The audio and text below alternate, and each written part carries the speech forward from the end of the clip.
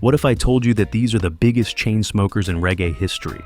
From Bob Marley, whose substance use was part of his spiritual journey, to Peter Tosh, who performed at the One Love Peace concert in Jamaica, where he lit up a spliff and directly called out politicians Michael Manley and Edward Seaga for failing to legalize substances.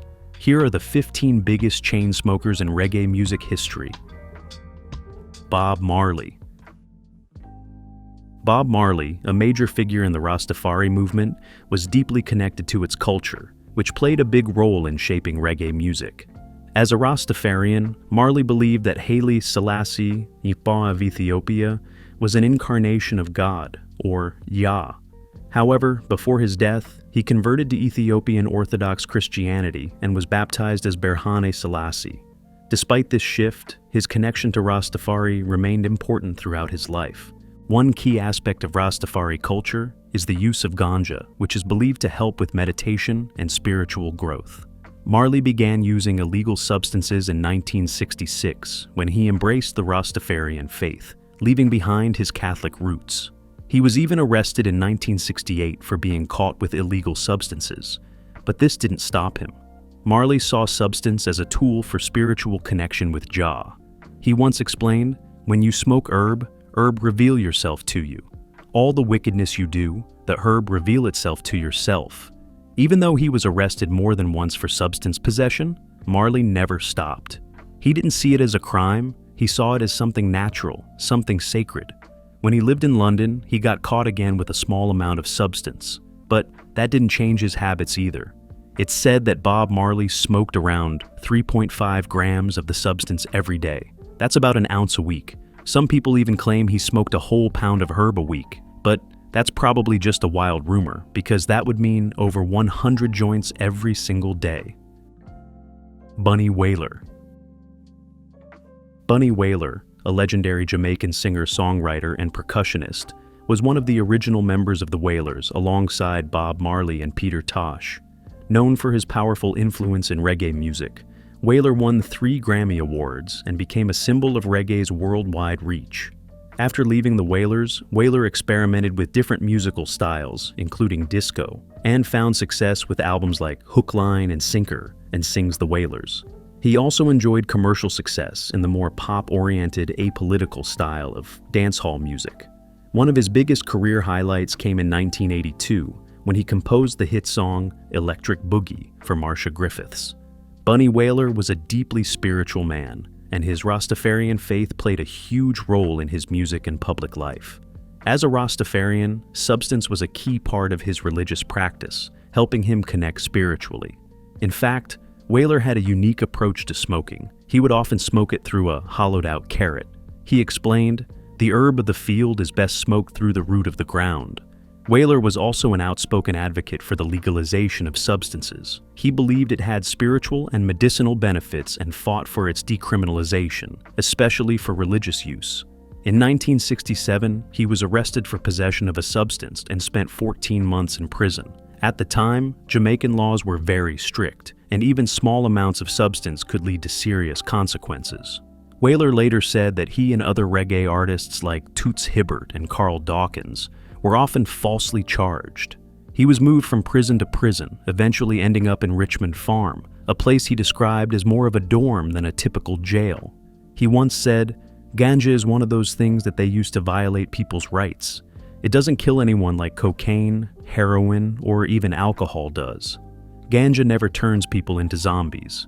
Even as an older man, Bunny Wailer continued to embrace substance as part of his spiritual life. He was photographed several times smoking a pipe filled with substance, and during a 2005 performance, he was seen using the pipe on stage, reinforcing his lifelong connection to the herb. Peter Tosh. Peter Tosh was a prominent Jamaican reggae musician and one of the founding members of the Wailers, alongside Bob Marley and Bunny Wailer. Together, they revolutionized reggae music. After leaving the band in 1976, Tosh embarked on a successful solo career and became a strong advocate for Rastafari, spreading its message through his music. In addition to his music, Tosh formed a backing band called Wher, Sound, and Power, which toured with him and appeared on several of his albums. His second album, Equal Rights, featured his famous co-written track with Marley, Get Up, Stand Up, and a cover of Stepping Razor, which was also featured in the movie Rockers. Tosh's solo debut album, Legalize It, released in 1976, became a huge success. The title track, Legalize It, quickly became an anthem for those supporting substance legalization, reggae fans, and Rastafarians all over the world. The song was a response to the constant harassment he faced from the Jamaican police and the discrimination Rastafarians experienced due to substance prohibition. Tosh believed strongly in the medicinal benefits of substances and its universal appeal, using his music to fight for its legalization. Peter Tosh was notorious for his love of smoking, especially substance. He was often seen with cigarettes and a pipe in hand, whether in photos or during performances. One memorable image from his 1978 appearance on Saturday Night Live shows Tosh holding 2 cigarettes with scissors, surrounded by a cloud of substance smoke. Tosh's outspoken nature often put him at odds with authorities. In 1978, he performed at the One Love Peace concert in Jamaica, where he lit up a spliff and directly called out politicians Michael Manley and Edward Seaga for failing to legalize substances. This bold move made Tosh a regular target for police harassment. Later that year, Tosh was arrested for smoking substances and allegedly attacking a police officer during an incident at Halfway Tree Square. While in police custody, he was severely beaten, suffering a broken hand and head injuries that required stitches. Despite the persecution, Tosh continued to use his platform to fight for the legalization of substances and to stand up for the rights of Rastafarians. Lee Scratch Perry. Lee Scratch Perry was a legendary Jamaican record producer, songwriter, and singer known for his groundbreaking work in the development of dub music.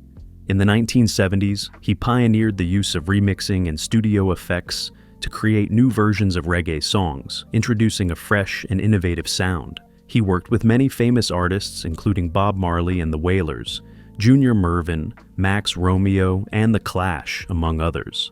His work with the Black Ark Studio in the early 1980s helped shape the sound of reggae music. However, Perry's career was not without its ups and downs. After the Black Ark Studio was closed in the early 1980s, he spent time in England and the United States, producing records that were sometimes erratic and experimental. In the late 1980s, his career began to stabilize when he started collaborating with British producers like Adrian Sherwood and Mad Professor. This new partnership led to a resurgence in his creativity and popularity. For much of his life, Perry was known for his intense and ritualistic approach to music production. He often smoked substances during his sessions, even claiming that blowing smoke into the microphone would help infuse the music with the spirit of the herb. In fact, Perry once said that he wanted to see if the music was created by the smoke or by his own talent. He eventually realized that it was his own creativity that made the music, not the substance. In 2014, Perry made a surprising announcement. He had quit smoking. He explained in an interview that smoking too much had made him crazy and that he had decided to stop for the sake of his health. He urged others to do the same, saying, "If you love God, you would never destroy your lungs." Over time, Perry even asked his fans not to bring illegal substance to his shows. Instead, he requested that they bring him mirrors to decorate his outfits. Buju Banton. Buju Banton is a prominent Jamaican dancehall, raga, and reggae singer, regarded as one of the most influential figures in Jamaican music.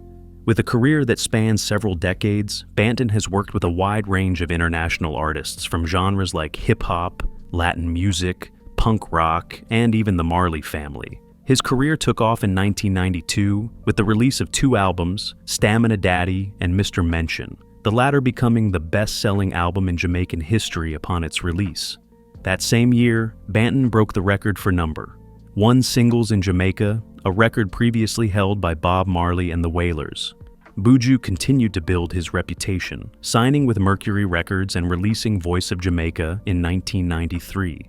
As the 1990s progressed, his music began to reflect his Rastafari faith, which became especially prominent in his albums Till Shiloh and Inna Heights. Throughout his career, Buju Banton has been a vocal advocate for the legalization of substances. He has often spoken about how essential substance is to his lifestyle and music. In interviews, he has emphasized that everyone should have the right to smoke substance and even suggested that people should be given an herb smoking card. Banton has also shared his personal advice on smoking, such as the importance of never smoking on an empty stomach and always rolling your own joint to ensure that no harmful or unknown substances are mixed in. Jimmy Cliff. Jimmy Cliff is a renowned Jamaican singer, songwriter, and actor who played a crucial role in introducing reggae music to the world.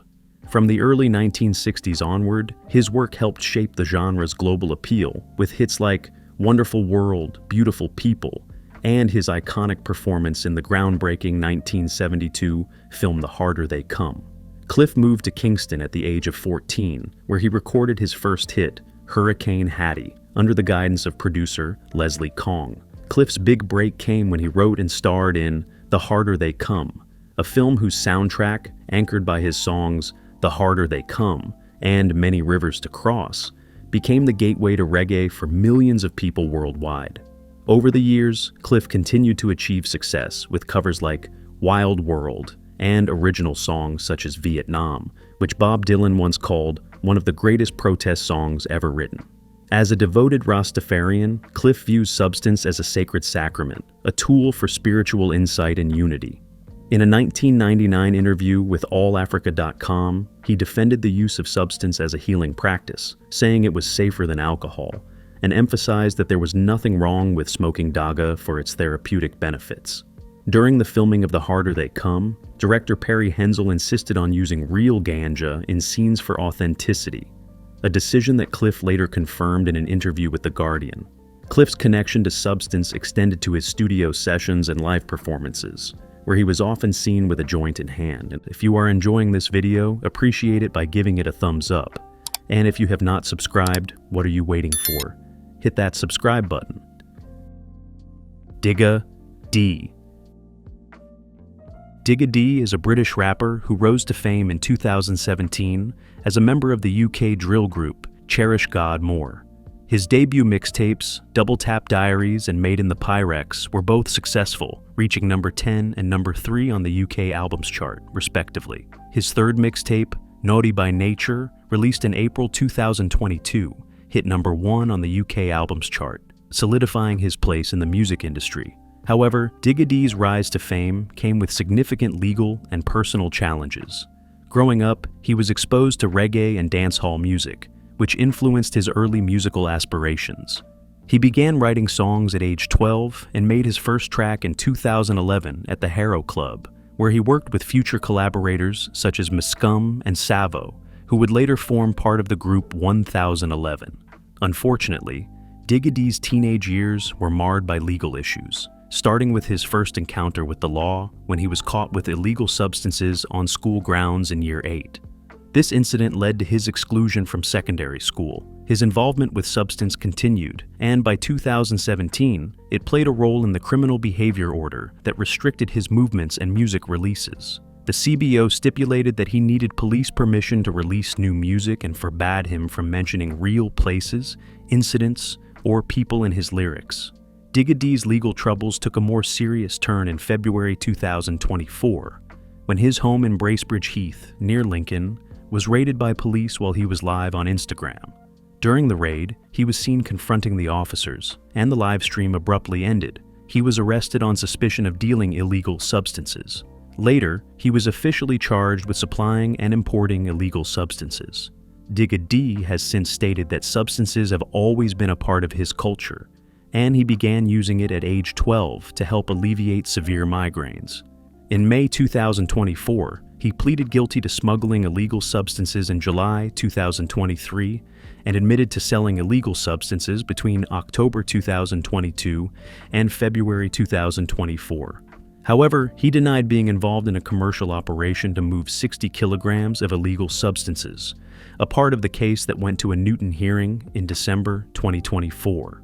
On January 31st, 2025, Digga D was sentenced to 3 years and 11 months in prison for supplying 45 kilograms of illegal substances. Fiverse.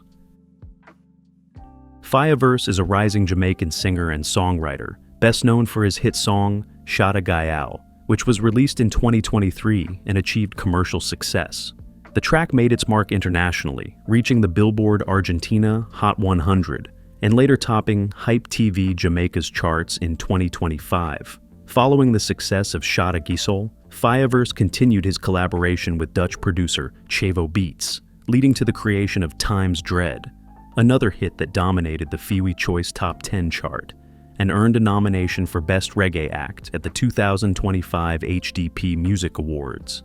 These successes have cemented Fiverse as one of the rising stars in the Caribbean's dancehall scene. Fiverse's love for illegal substance has been a significant theme in his music. He first publicly embraced the herb with his 2018 debut single, where the title and lyrics directly referenced his use of the substance. This theme has continued throughout his career, with his 2025 single, Ganja Forest, inviting listeners to enter the Ganja Forest, a reflection of substance's central role in both his creative expression and lifestyle. However, Fiverse's public relationship with these illegal substances has led to legal trouble. On November 13, 2024, he was arrested in Bridgetown, Barbados, after a routine traffic stop uncovered a small quantity of substance in his vehicle. Despite ongoing debates about the laws in Barbados, it remains illegal to possess the substance without permission, which resulted in Fiverse's arrest. He was charged with illegal possession of a substance and is currently facing legal proceedings related to the incident. Ninjam Man. Ninjam Man is a prominent Jamaican dancehall DJ known for his bold, controversial lyrics, especially those promoting gun culture, along with his dramatic and wild stage presence. He began his career at the age of 14 under the name Double Ugly while performing with the Black Culture sound system. In 1980, he joined the Kilimanjaro sound system, where he worked alongside notable figures like Super Cat and Early B. He initially released singles under the name Ugly Man, but later adopted the more recognizable name Ninjam Man. Ninjam Man's career took off with his 1987 hit, Protection, a duet with Courtney Melody. Over the years, he collaborated with several renowned producers such as King Jammy, Witty, Bobby Digital, and Steely and Clevie. His 1992 single, Legalize the Herb, became a notable anthem for substance legalization, and in interviews, he boldly defended the use of substance, stating things like, "We smoke. You have a problem with that?" His stance on ganja use became a defining characteristic of his career, closely tying him to the reggae and dancehall culture's long-standing relationship with illegal substances as both a spiritual and rebellious symbol. However, his career took a hit in the early 1990s due to backlash over his violent and pro-gun lyrics, leading to fewer bookings and a decline in his popularity. In an attempt to reinvent himself, Ninjam Man changed his name to Brother Desmond and began performing gospel reggae music, embracing Christianity and seeking help for a crack substance addiction. In 2009, Ninjam Man's life took a darker turn when he and his son Janiel were arrested and charged with the murder of Ricardo Johnson. Johnson had been killed in Kingston, and the case tarnished Ninjam Man's reputation. In 2017, after a long trial, Ninjam Man and his co-accused were found guilty of the murder. He was sentenced to life in prison on December 18, 2017, with no eligibility for parole until he had served at least 25 years. Eeka Mouse. Eeka Mouse is a reggae artist from Jamaica who emerged in the early days of dancehall and carved out a unique niche with his distinctive style. His career began to gain traction in the 1980s, and by 1988, with the release of his album Economics, he had expanded his reach beyond Jamaica. One of the standout tracks from this album was his reggae-style cover of Led Zeppelin's Dear Maker, which helped introduce his sound to international audiences. However, Eeka Mouse's career took a dark turn in 2008. After performing at a venue in North Carolina, he was arrested and charged with rape and substance possession. When he failed to appear for his first court hearing, a judge issued a warrant for his arrest, setting a $1 million bond. In 2012, he was found in Paraguay without the proper visa, and authorities deported him back to the US, where he faced a range of serious charges, including rape, kidnapping, and cocaine possession, along with a misdemeanor for illegal substance. Throughout his career, Eeka Mouse has been strongly associated with illegal substances, both in his music and personal life. His 1983 single, Ganja Smuggling, tells the story of clandestine trips to harvest and transport illegal substances. One of his most celebrated substance-related tracks, Ganja Smuggling, continues to resonate with fans, and his concerts have often become communal rituals, where fans light up together, united by the music and the herb. In 2013, after spending time in jail, Eeka Mouse struck a plea deal. Given the time he had already served, he was released and deported back to Jamaica, marking the end of a turbulent chapter in his life. Busy Signal. Busy Signal is a Jamaican dancehall artist who has been a key figure in the music scene since the early 2000s. Known for his unique style and unmistakable voice, Busy Signal's persona is tightly intertwined with his unapologetic embrace of illegal substances, which he treats as both a creative fuel and a cultural ritual. His music and public image reflect this deep connection to the herb, making it a central aspect of his identity. One of the clearest expressions of this is his 2015 music video for Smoke Again, where he opens the video by lighting and passing a joint on screen, making the song's title literal and underscoring the importance of these substances in his personal and artistic life. In his dub plate circuit appearances, Busy Signal further reinforces his relationship with substance through his contributions to the Ganjaville Rhythm compilations. His track, Want Ganja, is particularly notable for the refrain, "I need a spliff for my system." However, Busy Signal's life has not been without its controversies. In May 2012, he faced a serious legal situation when he was arrested at Norman Manley International Airport in Kingston. The United States had requested his extradition due to charges related to substance offenses from 2002, stemming from his involvement with illegal substances while in the U.S.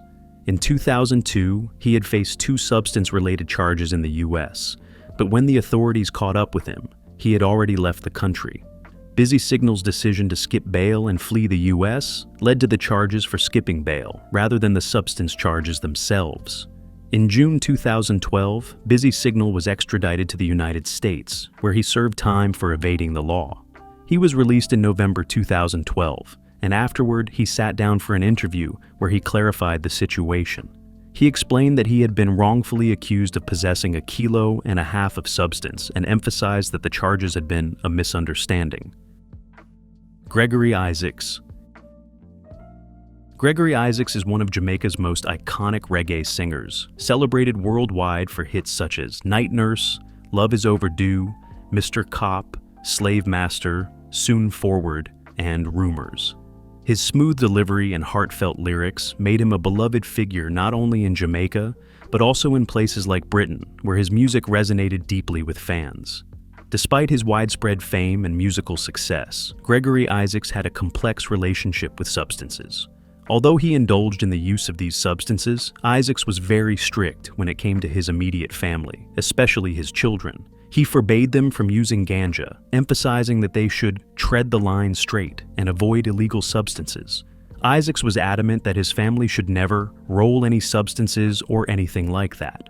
According to his wife June, he often privately indulged in chalice sessions, a ritualistic ganja smoking practice involving a special pipe. Isaac's struggles with substances, particularly in the early 1980s, led to significant legal and personal issues. He was arrested over 50 times, a testament to his ongoing run-ins with the law. His substance use worsened during this period, and by the early 1980s, he had become addicted to crack cocaine, a struggle that would take a heavy toll on his life. In interviews after his passing, June Isaacs shared that Gregory ultimately regretted his substance abuse and, in his later years, became a vocal advocate for young people to avoid falling into the same traps. Shawn Paul. Shawn Paul is one of the most famous dancehall artists to come out of Jamaica. His career took off in 2000 with his first album, Stage 1, but it was his second album, Duddy Rock, in 2002 that made him a global star. Over the years, Shawn Paul's music has earned him multiple Grammy nominations, and Duddy Rock even won the Grammy for Best Reggae Album. But beyond his music, there's something else Shawn Paul is known for: his love of substance. He's often spoken about how substance helps him get into a creative mood.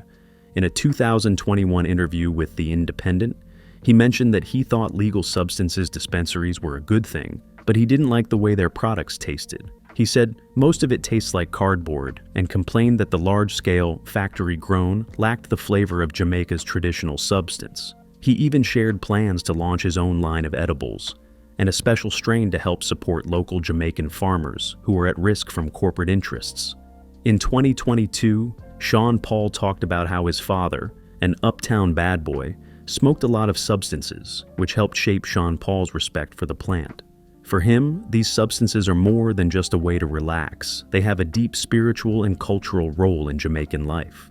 In 2008, during a performance at the Uppsala Reggae Festival in Sweden, Shawn Paul found himself in hot water.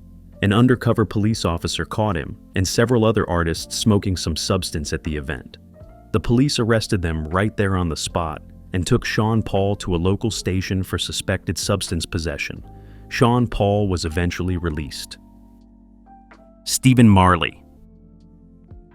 Stephen Marley, the youngest son of reggae legend Bob Marley, is a talented musician who has earned 8 Grammy Awards over the years. He won 3 as a solo artist, 2 for producing albums for his younger brother Damian Marley, and 3 more with his older brother Ziggy Marley's band, Ziggy Marley and the Melody Makers. Stephen doesn't just sing, he does almost everything himself. On his solo albums like Mind Control and Revelation, he wrote, produced, and even played many of the instruments. Substances have always been a big part of Stephen Marley's life. Growing up in a Rastafarian family, substance was deeply woven into their culture. Stephen has spoken about how both his father, Bob Marley, and his grandparents were strong advocates for the substances. For Stephen, it's not just about smoking, it's a ritual that helps him stay inspired and balanced. In interviews, he's shared how he starts his day with a spliff, his favorite way of smoking. He doesn't mix it with tobacco, just pure substance. He also enjoys making herbal teas like thyme or rosemary to go along with it. This morning ritual is something he's done for years, but his love for the substance has gotten him into trouble before. In 2002, while driving through North Florida with his brother Julian Marley, they were pulled over by the police for speeding. During the stop, the police found several joints in their Mercedes-Benz, one in Julian's jacket, and others under the seat where Stephen was sitting. Both brothers were charged with possession of illegal substances and paraphernalia, like rolling papers. They were released after posting $500 bail each. Toots Hibbert. Toots Hibbert was a legendary Jamaican singer and songwriter, best known as the lead voice of the band Toots and the Maytals. He played a major role in shaping reggae music in the 1960s, giving it a joyful and lively sound that captured the hearts of people worldwide. In 1962, Toots formed the Maytals with 2 other singers, Nathaniel Mathiasen and Henry Gordon, in Kingston, Jamaica. Their first album, The Sensational Maytals, was released in 1965 and quickly made them popular all over Jamaica. A year later, they won Jamaica's National Song Prize with the catchy song Bam Bam, written by Toots himself. In 1966, right after winning the national prize, he was sent to prison for 18 months on charges of possessing substances. Toots always insisted that the charges were false and were caused by corrupt police. He even said, "I didn't even smoke back then." But later in life, he embraced substance, calling himself a ganja convert. In a 2020 interview with The Independent, he spoke about how the substance was good for the nation and part of creation, emphasizing that the laws against these substances had unfairly targeted Jamaicans for years. Even though he faced this challenge, Toots didn't let it stop him. Instead, he used his time in prison to write music. While locked up, he wrote the famous song, 5446 Was My Number, which referred to his prison number. The song was released in 1973 and became one of the Maytals' most iconic hits, still beloved by reggae fans today. Do you think these substances should be legalized? Share your thoughts in the comments below. Don't forget to like, subscribe, and hit the notification bell so you never miss out on our latest content.